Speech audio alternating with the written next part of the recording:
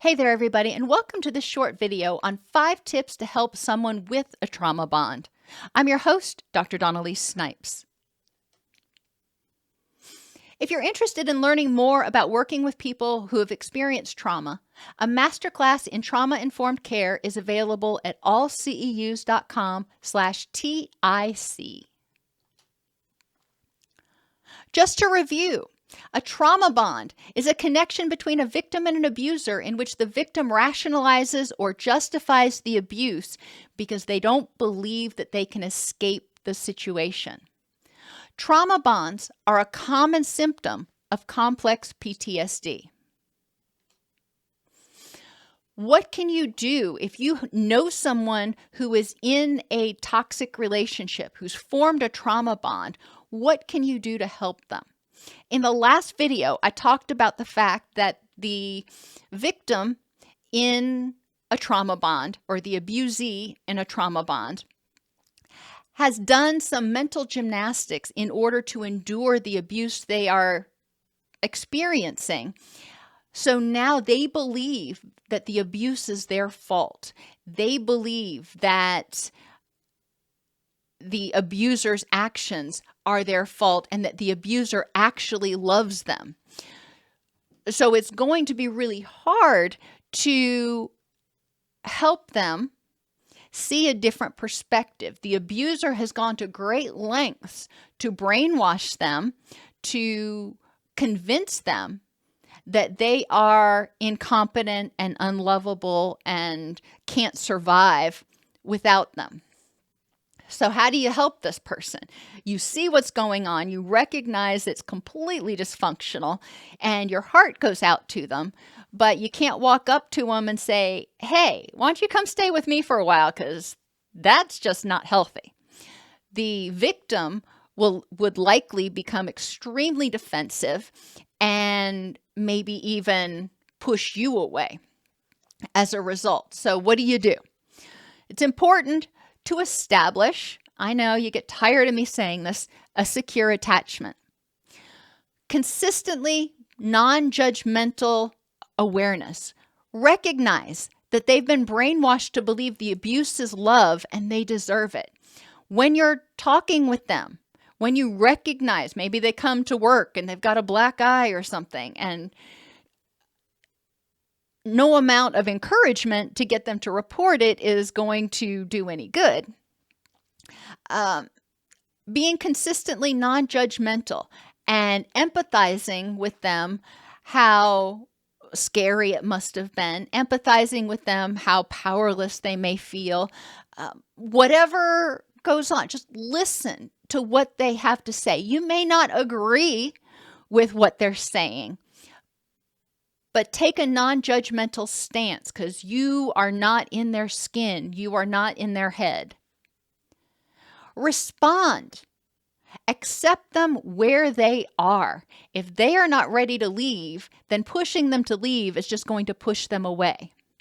Accept them where they are and just be consistently there when they're and be there when they're ready. Be a sounding board when you can. Attention.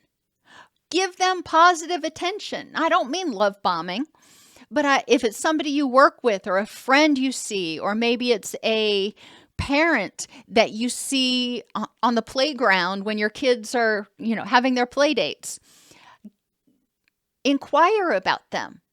Ask about what they like to do.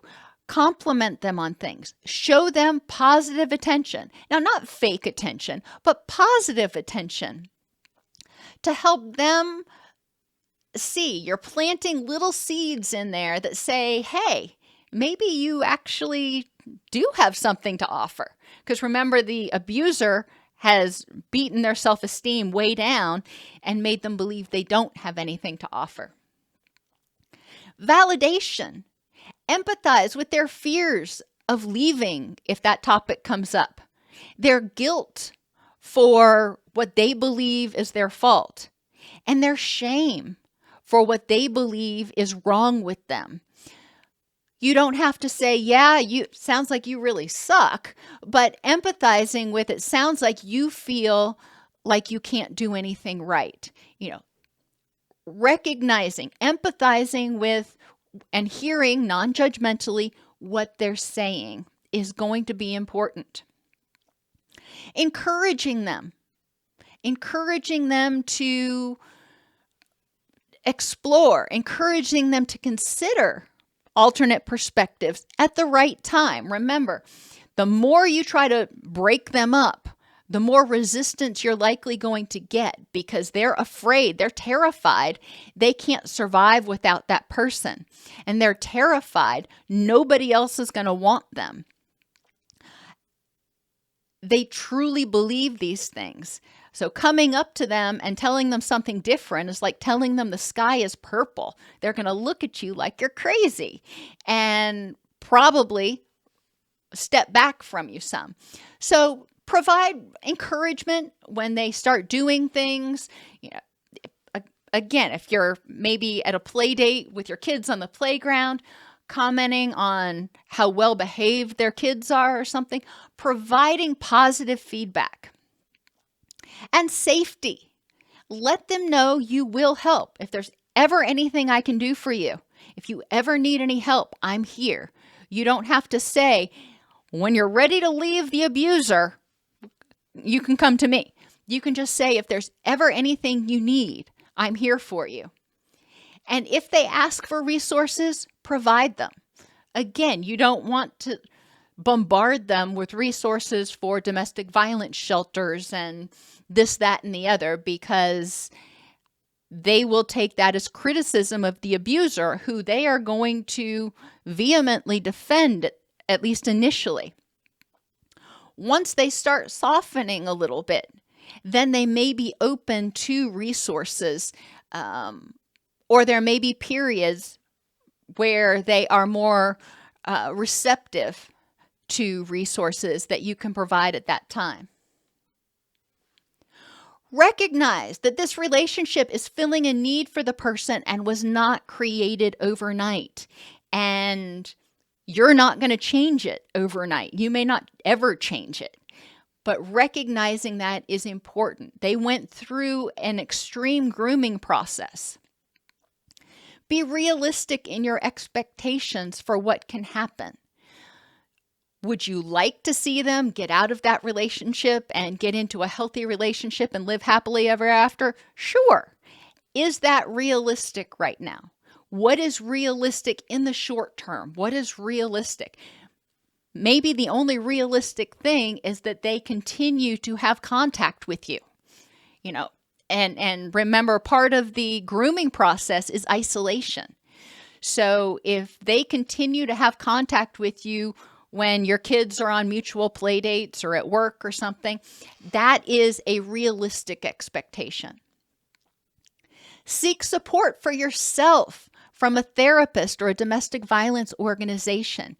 It's really important to recognize that this is emotionally draining when you're seeing somebody being abused and you feel helpless to intervene. Now, I have to make my little, statement here. If you're a mandatory reporter and you see that there's abuse going on, you have to report it. If you know that there's human trafficking going on, you can encourage the person to report it to the authorities. And in some cases, you may be obligated to report it, depending on what your job is, if you're a mandatory reporter. So be aware of your legal responsibilities. That applies for teachers, pastors, doctors, nurses, counselors. But if you are not one of those people who works in human services, it can be helpful to be aware of the resources that are out there for people who are experiencing domestic violence or who are victims of trafficking. Finally, if this is triggering traumas from your past, seek counseling. You may have grown up in a family in which your caregivers were involved in a trauma bond, and now you're seeing this in somebody else, and your family of origin didn't work out so good, so now you're hoping that maybe this will work out differently. It's important to recognize what's being triggered in you so you can address those things. Even if your family of origin worked out well, it may reopen some of those wounds, and you may need to process that a little in order to keep it from causing you more mental distress than is actually healthy or helpful.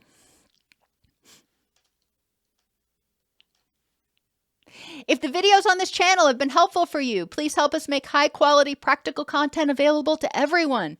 Donate at docsnipes.com/donate. Join the channel at docsnipes.com/join, or purchase a thanks on any video you particularly like. Trauma bonds form as a way of surviving. The abuser uses the victim's need for love to manipulate them. Since victims believe they can't escape, they must resolve their cognitive dissonance by believing that abuse is love and the abuse is their fault. Victims will also often become very defensive if they feel you're criticizing or attacking the abuser. Helping them, even for counselors, even for victim advocates, is often a very slow process of providing a safe and supportive lifeline and planting seeds of change.